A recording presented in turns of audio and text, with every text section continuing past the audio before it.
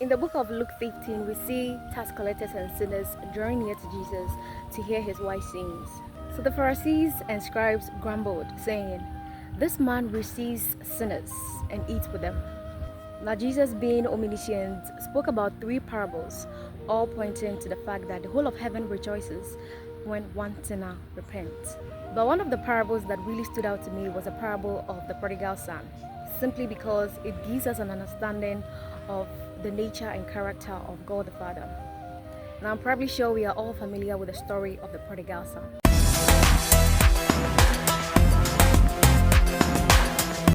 We notice in the story that a man had 2 sons, and the youngest of his son one day requested for his share of the property. Now the father, being loving and understanding, divided the property between them. So days later, the youngest gathered all he had and journeyed to a faraway country. Now what happened was that because he didn't toil to get even half of what he owned, he squandered all the money in reckless living, spending with prostitutes and drunkards. Eventually he goes bankrupt, and boom, a severe famine hits that country. So he was barely surviving.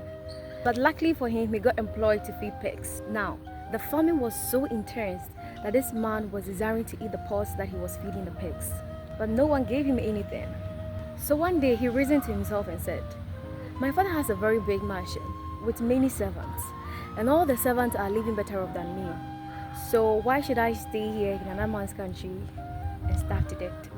So he purposed in his heart to go back to his father and tell him that, "Father, I have sinned against heaven and before you. Please treat me like one of your servants." So he journeyed on. But while he was far away, his father saw him and had compassion on him. He ran to kiss him and welcome him.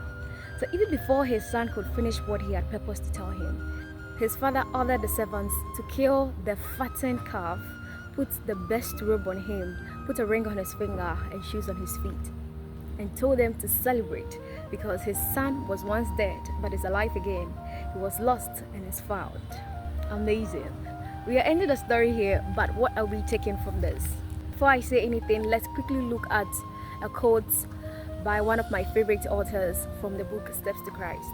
So from the book of Steps to Christ, page 12, paragraph 1 states that, "Though those evidences have been given, the enemy of good blinded the minds of men so that they look upon God with fear.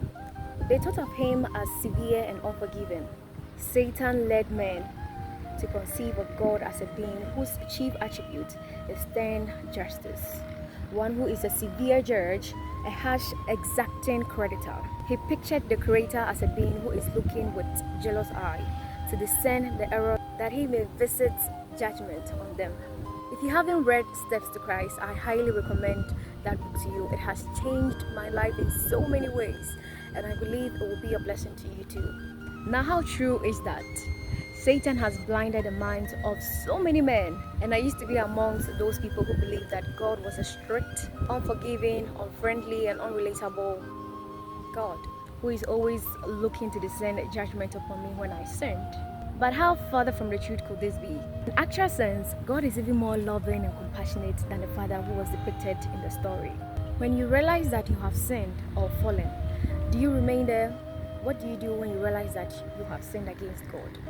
Don't allow Satan to talk you into believing that God will never forgive you.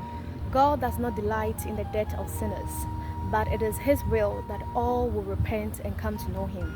If God was able to forgive King Manasseh, then what is your sin? Come to him. Come enter into his loving embrace. His arms are widely open to you. Do not allow the devil to talk you into believing that God will never forgive you when you sin. This has happened to me multiple times when the devil will just come whisper into my ears, "Are you thinking of going to ask God to forgive you?" He's never going to forgive you. This sin you have committed is too great. He will never forgive you. But that is a lie. Don't allow Satan to deceive you. That is his aim, to deceive you that God will never forgive you so that you keep sinning and then rot in hell with him. But hell was never made for us in the first place.